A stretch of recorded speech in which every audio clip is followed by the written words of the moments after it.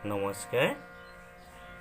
ৰূপকৰ জ্যোতিপ্ৰসাদ আগৰৱালাদেৱৰ মৃত্যু তিথিত তেখেতলৈ সশ্ৰদ্ধ প্ৰণাম জনাই মই তেখেতৰে কবিতা এটি আবৃত্তি কৰিবলৈ ওলাইছোঁ।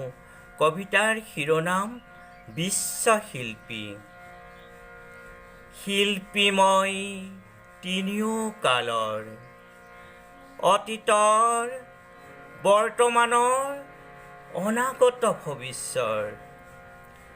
আদিতেই যাত্ৰা কৰি মই অনাদিলৈ যাওঁ, ধ্বংসৰ মাজেদি মই ৰূপান্তৰেদি ৰূপ পাই নৱতম সৃষ্টিৰ শলিতা জ্বলাওঁ।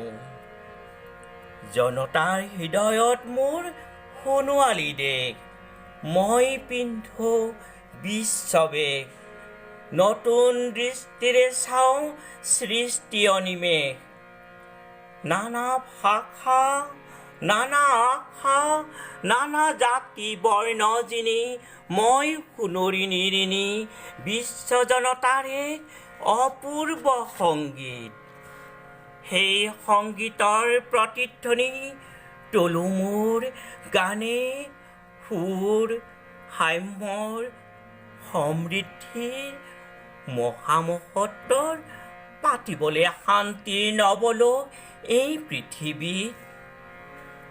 মোৰ কল্পনা মেধা বুদ্ধি মনীষাৰে মোকে কৰি সংস্কৃতিৰ অপূৰ্ব আধাৰ, মোকে শলিতা কৰি জ্বলাওঁ বিশ্ব চাকি, বিশ্ব জনতা পূজাৰ।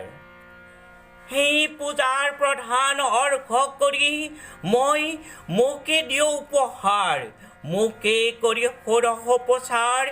বিশ্বজুৰি জনতাৰ জয় জয়কাৰ হওক, জয় জয়কাৰ।